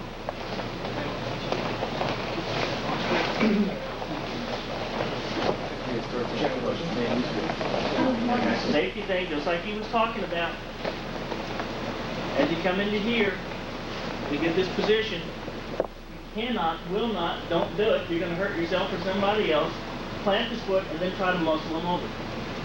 You've got to get to this position here, and you've got to sweep the leg. Sweep it out straight back. Don't try to push him over. And also when you do that, you notice you have this arm in control here where he can't hit you with a club. once he hits the ground. Now you can come up on it and take it out. But you've got to, absolutely must. When you get to here, boom, boom, boom, you've got to be leaning forward. You've got to point your toes, and you've got to sweep the leg straight out. And for the sake of you judo animals here, there's a really fun arm bar from here I can show you if you wanted to. You can just snap the arm before you hit the ground. It's not part of the connoisseur. It's not part of the connoisseur. I'm happy to show it. You've got to sweep the leg. Thank you, sir. Also, one other thing, when uke comes up, you should be coming up with his club back here. Yeah. We're not out here, because when I bring this up, who knows what's gonna, but if I bring it here, now, I brought it up far enough from his body that it's not gonna hit him accidentally. If I can mark it up like this, to you, what's chances that you're going to come to Techniques, ladies and gentlemen, please take your time. Do them slow. Don't be in a hurry. When you get in a hurry, that's how accidents happen, that's how mistakes happen, that's how you forget things. You start covering up technique with muscle and speed. The gake, or the execution of the technique, is not important. If you can't get the entry right and the out balance is right, then it doesn't matter what you've done the rest of the technique, because they're going to be kicking your ass across the floor anyway. That doesn't matter. Okay? Don't cover up mistakes with speed and muscle. You can do the same technique with him as he walks in.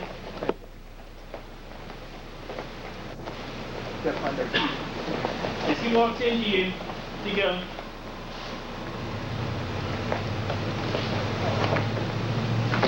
And I missed half the sweep, it doesn't matter. Take your time, do all the parts. If I missed the sweep going fast, I never would have known that I missed the sweep. You see what I'm saying? Take your time, go slow, please. It's also how you keep other people from getting hurt. Okay, thank you.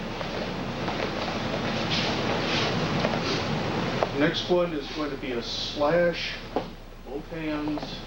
He's going to slash down at about 45 degrees.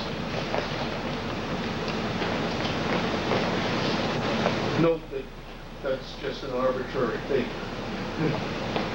Because it's about the same whether he does that or whether he does a baseball bat around the side. My reaction is to step back with my right foot and in.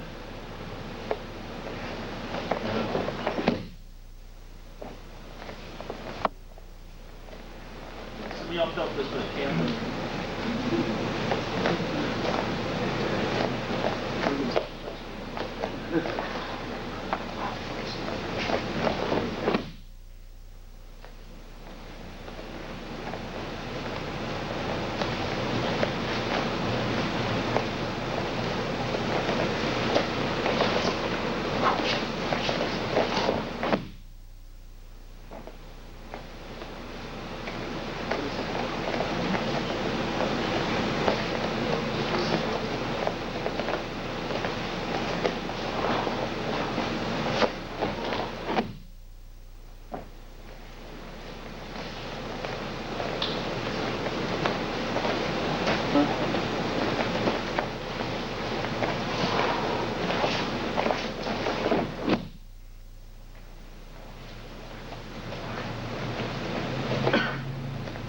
So, I'm going to step back.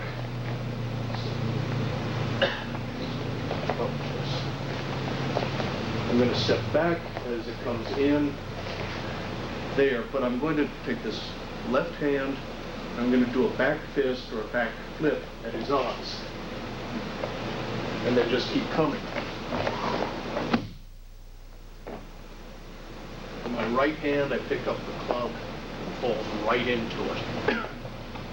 But you're going essentially straight back at this. I'm not getting offline. Where do I go? It takes too much time to go back one side to the other. just want that thing to just barely miss me. And then straight in. Questions? Which way do you? On the, when we're getting in his eyes or your, Yes. Okay, this is more for our benefit. We have a technique called Yakiganiyanta, where we lock the guy's bridge of his nose, bend his head back, he will go anywhere we want him to go at that point.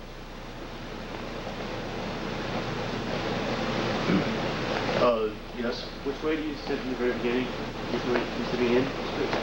Straight back. Straight back. Straight back, straight in. Then I'm sidestepping.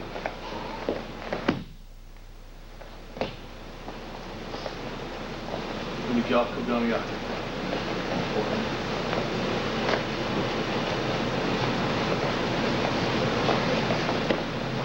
Other questions? You grab the pole on the way down. Pardon? On his way down, you grab the rod. Yes, it just falls into your hands. It's really amazing. It's one of those things where it just, oh, thank you. Okay, let's try it. Now, please, slowly, slowly, slowly on this one. that you grab the stick, if you just take it when it's given to you. You shoulder account? Then when we're done, we'll see if anybody wants to volunteer again for a little time. If you don't give your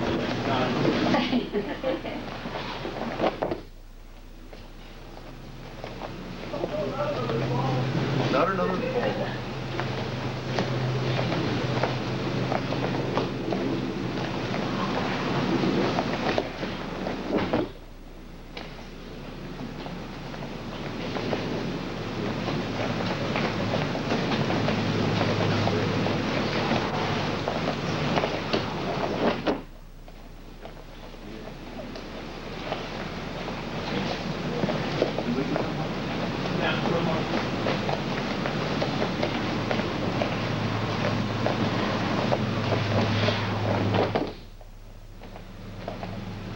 Okay, so slowly on this one.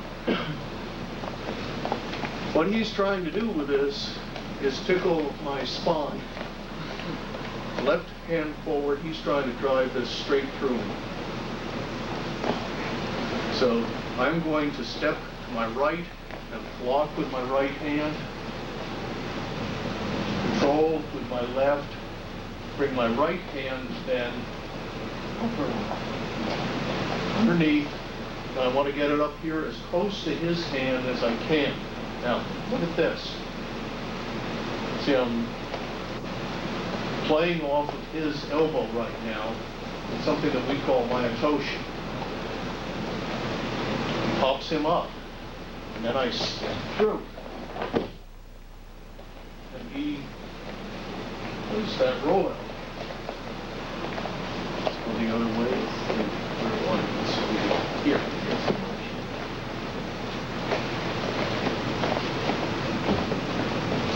1, 2, 3, 4.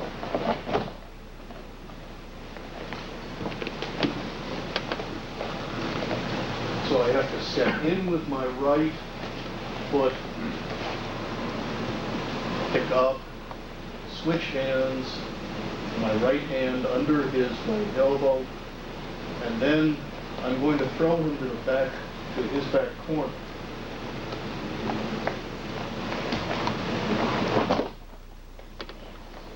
Everybody see that? Okay, let's throw from the middle to the outside again.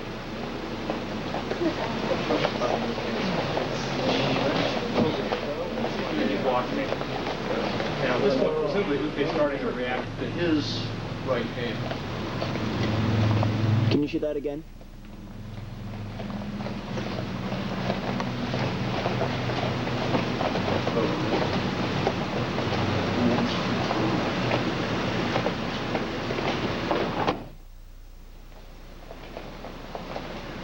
It's a curl.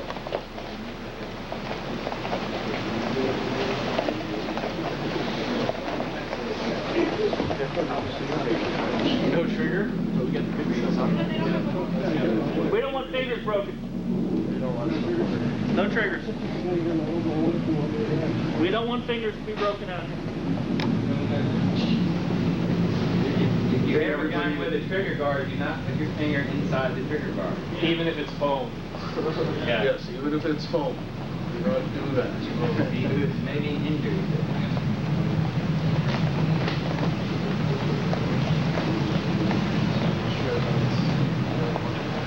Carolyn, would you check real quick and see if anybody else is out there? Oh, sure.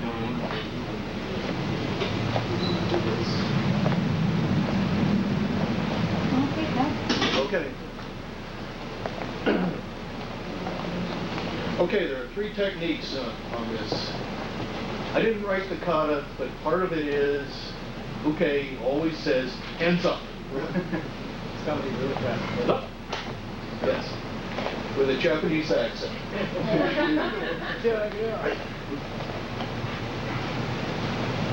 Hands up.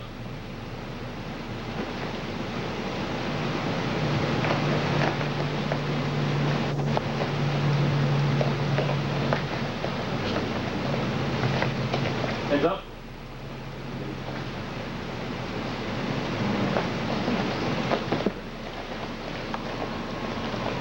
Hands up.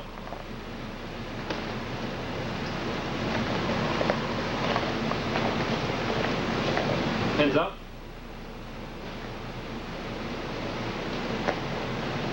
Okay, important things on this.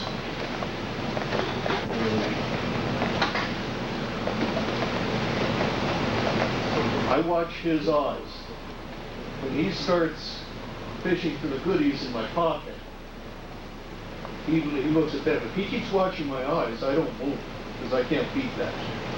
But once he's distracted down there, 1, 2.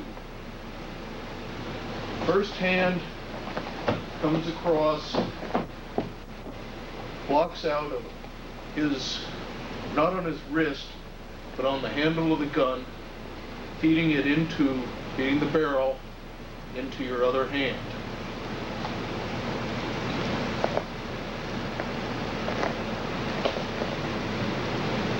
One, 2. We then figure that there's going to be additional action. You guys can figure out what that's going to be, but that's not part of the kata. This is just simply get the gun away from him. Then, of course, you're going to try to get out of there, because he's going to want that gun back really badly.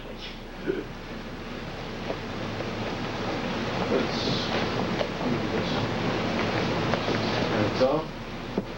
1, 2. Does everybody see that? Let's do it this way.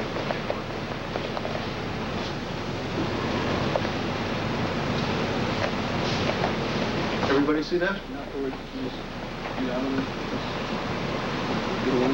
The whole point of this technique is just getting that gun into your left hand and controlling it.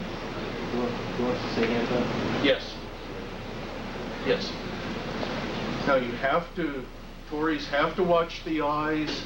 They have to wait for Uke to start fishing in the goodies, which are in the right-hand pocket of Tori.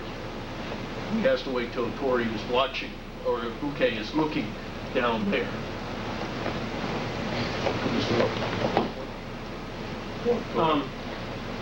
It may look like Dr. Cleghorn is actually yanking the gun out like this. In fact, that's not quite what's happening, because if I'm really strong and don't want to let that gun go, which I don't, I can really hang on to it. There's also an element of sort of scraping me off the gun like this. No matter how hard I hold, I can't resist a scrape. So, play with that a little bit. So instead of, you and I figured this out actually. Instead of pulling it straight out like this, there's a little bit of this. And if you need to, you can use, since my one hand holding the gun, but Torres, well, so he can use this hand to actually scrape me off the gun if I have to, if he has to. Yeah, I'm down here. You see, I've still got this hand here. Yeah. And so there's just that little bit of motion. Now the other thing is that it's very important that I don't turn my body as I'm doing this. This takes too much time.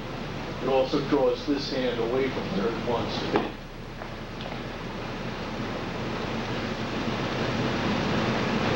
So my body is still straight. Okay? Questions? Let's try it. We're only going to take about 6 minutes at the most. The second one is somewhat similar, except that Uke now isn't going to touch your belly with a gun. He's going to keep it back here at some reasonable distance, back by his hip. It's still going to be a little exposed. He isn't going to be down like this. But he's going to be sort of like this, where he reaches this. This presents a slightly different problem, because instead of having a nice clean shot here at it, I now have to go for something right about here. Can everybody see where he's got the gun?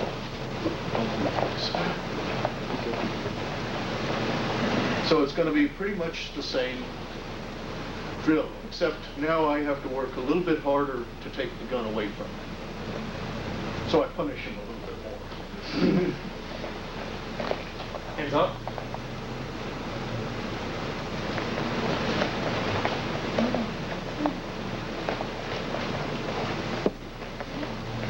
I heard somebody say, ooh, that must have hurt. Yes.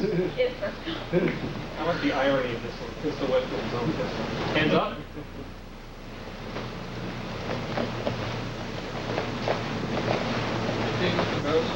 Pardon? Whichever part of it happens to work. We're going to go over this slowly. I know, because I'm looking right at it. Yeah. Hands up.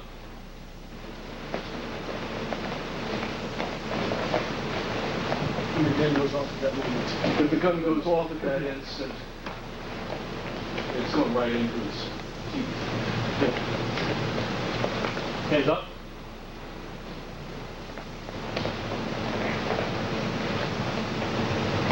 Okay, slowly now. I'm going to start again with the right hand, waiting for him to make a move for the goodies. Feet in here. Now he's got a pretty good grip on it. This is the difference on this. But I've had to go further. I'm out here, I have less of an extension to straighten him off. So instead of trying to scrape him off, I go back into it. If he's got his finger in the trigger guard, well, too bad. That's another casualty. So I come back,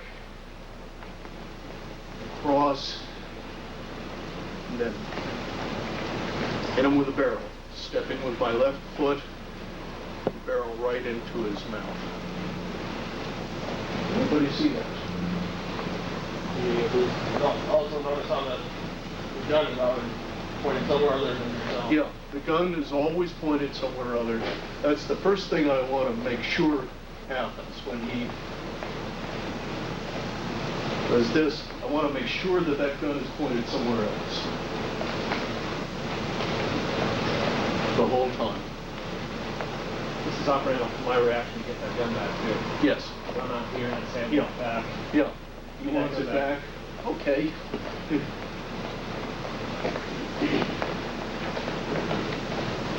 Any questions? 6 minutes.